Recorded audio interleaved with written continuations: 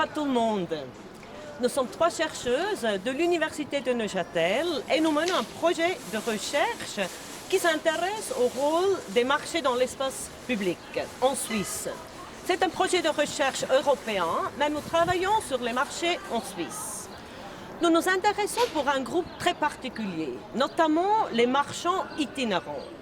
Ça veut dire c'est leur pratique du quotidien, donc de ces marchands et maraîchères qui, de par leur présence, transforment les places de marché en des espaces publics d'intégration sociale. Notre recherche a commencé en 2019.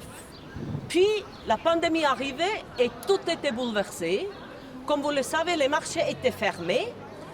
Et pourtant, nous avons eu la possibilité de continuer à parler avec les marchands et les marchandes. Bien sûr, en respectant la distance sociale, sur téléphone, Skype ou par WhatsApp. Dans ce petit film, nous aimerions donner quelques idées de ce qui se passe si les marchés se trouvent du coup dans une situation d'être sans marché. Alors, les marchés sans marché ou à marché limité, qu'est-ce que s'est passé avec les marchands et les marchandes? Comment est-ce qu'ils ou elles ont restructuré leur travail? Quelles difficultés ont-ils rencontrées? Quelle innovation pouvons-nous voir? Et qu'est-ce que cet exemple peut nous dire de manière plus générale sur cette situation de la pandémie?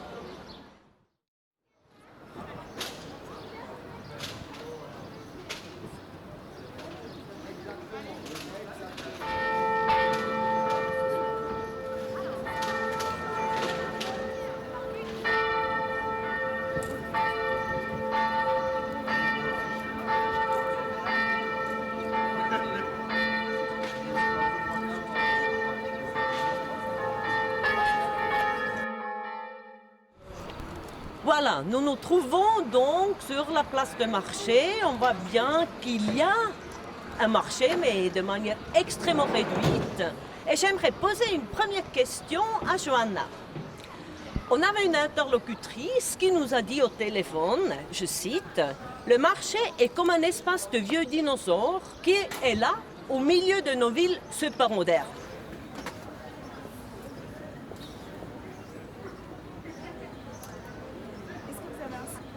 Oui, effectivement, cette image du vieux dinosaure dans nos villes super modernes, c'est une jolie image qui nous renvoie à des représentations liées au marché que nous avons déjà pu observer aussi avant cette crise. Donc les marchés, c'est vraiment l'idée que ce sont des espaces économiques, mais aussi des espaces d'échange, des espaces de socialité qui sont très importants pour beaucoup de personnes.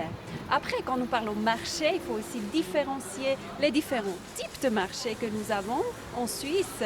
Il y a des marchés de biens, donc qui ont lieu mensuellement, des foires dans les villages. Il y a des marchés hebdomadaires qui vendent des aliments, etc.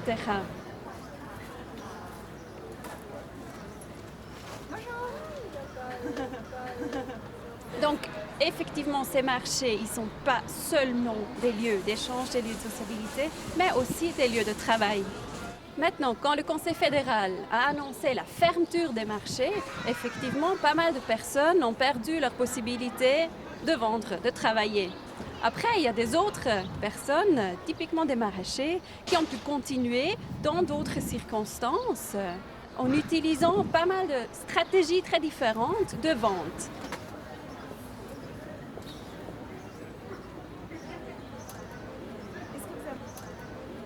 Alors on a pu observer 4 problèmes ou 4 défis majeurs. Pour commencer, d'un jour à l'autre, les marchands ils ont dû vendre ces produits, surtout les produits frais comme les légumes ou le fromage frais, la viande, dans une autre manière, plus dans les marchés. Donc pour ça, ils ont peut-être installé un magasin à la ferme où ils ont fait des paniers. Deuxièmement, pour pouvoir faire ça, il fallait respecter les différentes mesures de distance sociale. Et ça a été aussi assez compliqué et il fallait beaucoup d'improvisation pour cela. Le troisième point, c'est à cause de la fermeture des frontières, c'était beaucoup plus difficile pour des personnes de l'étranger de venir en Suisse pour travailler. En plus, peut-être ils ne voulaient pas faire le voyage non plus par peur du corona. Donc tout cela, on peut résumer aussi que d'un jour à l'autre, c'était vraiment un travail immense qui est venu, qui est arrivé pour les marchands. Et c'était surtout un travail d'organisation et un travail logistique, un travail que les personnes n'étaient pas du tout habituées à faire. Comme ça? Il vous en faut combien? Une grosse comme ça aussi? Ou c'est trop gros? Vous en voulez combien, madame? 6.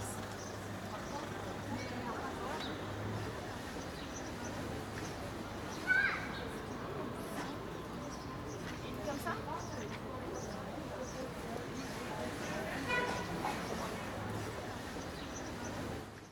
Oui, comme tu le viens de décrire, surtout les maraîchères et les maraîchers se sont retrouvés avec une charge élevée de travail. Donc effectivement, là, on peut se demander, est-ce que ça va aussi se traduire dans un revenu élevé? Je pense pour le moment, c'est encore trop tôt pour le dire, mais on peut dire qu'il y a effectivement des personnes qui peuvent travailler en ce moment. Après, comme je l'ai déjà dit avant, il y a aussi des autres, surtout des vendeurs sur des marchés de biens, des foires dans les villages, etc. Et eux, c'est clair qu'en ce moment, à part la vente en ligne, ils ne peuvent pas vraiment avoir un salaire. Du coup, là, j'aimerais juste rappeler les mesures peut-être du Conseil fédéral. Effectivement, ces personnes-là, ils peuvent demander le soutien. Ils peuvent, comme indépendants, demander une allocation ou bien le chômage partiel pour les employés ou des crédits, comme d'autres indépendants aussi. Après, il y a aussi des mesures qui sont prises par des autorités locales, comme par exemple la ville de Neuchâtel, qui a décidé de renoncer au prélèvement de taxes d'utilisation du domaine public pour les maraîchères, pour les marchandes, pour toute l'année 2020. Ce qui veut dire qu'ils ne payent pas de loyer pour leur stand pendant toute cette année-là.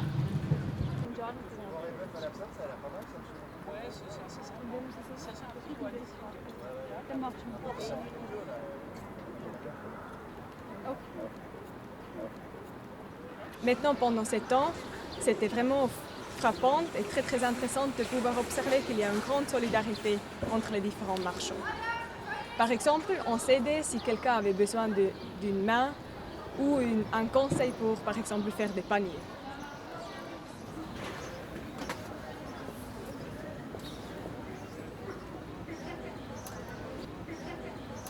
Une chose que nous observons, c'est effectivement que des tendances, peut-être des processus qu'on a déjà pu observer avant cette crise ont tendance à se renforcer maintenant. Par exemple, les discussions autour de la consommation locale, tout le monde aimerait maintenant consommer local. Ils ont déjà été là avant et maintenant on observe justement aussi une augmentation de la demande de consommer localement.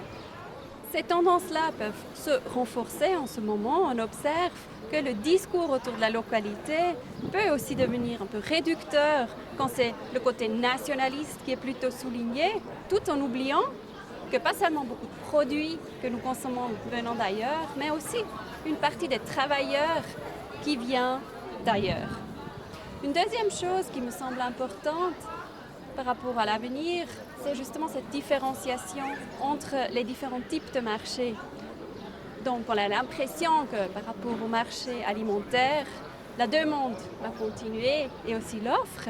Après, par rapport au marché de biens, aux foires, là, je suis moins sûre quel sera l'avenir aussi des personnes qui travaillent sur ces endroits-là. Vous en voulez combien, madame? 6.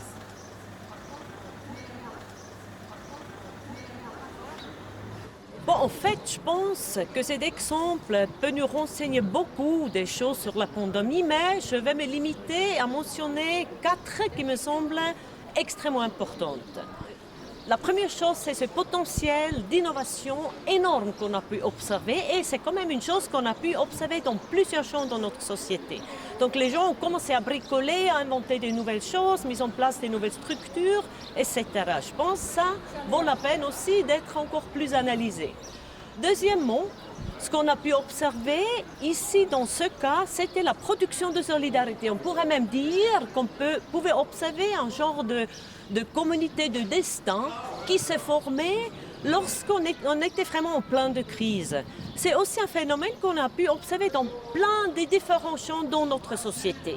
Bien sûr, là, la question se pose si ça va durer ou si maintenant que les choses vont de nouveau changer, cette solidarité extraordinaire va de nouveau être rompue ou se dissoudre. Troisièmement, on a pu voir à travers cet exemple un renforcement des vulnérabilités et des inégalités. C'est également un aspect qu'on peut observer dans plein de domaines actuellement. Donc la pandémie a, je dirais, renforcé des inégalités qui existaient et les a vraiment cristallisées d'une manière comme on ne l'a pas vu depuis longtemps.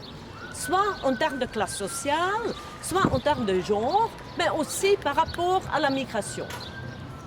Finalement, je pense qu'on a pu observer, notamment à travers cet exemple, c'est que ces mesures de sécurité sanitaire nous ont aussi amené une forme de disciplinarisation.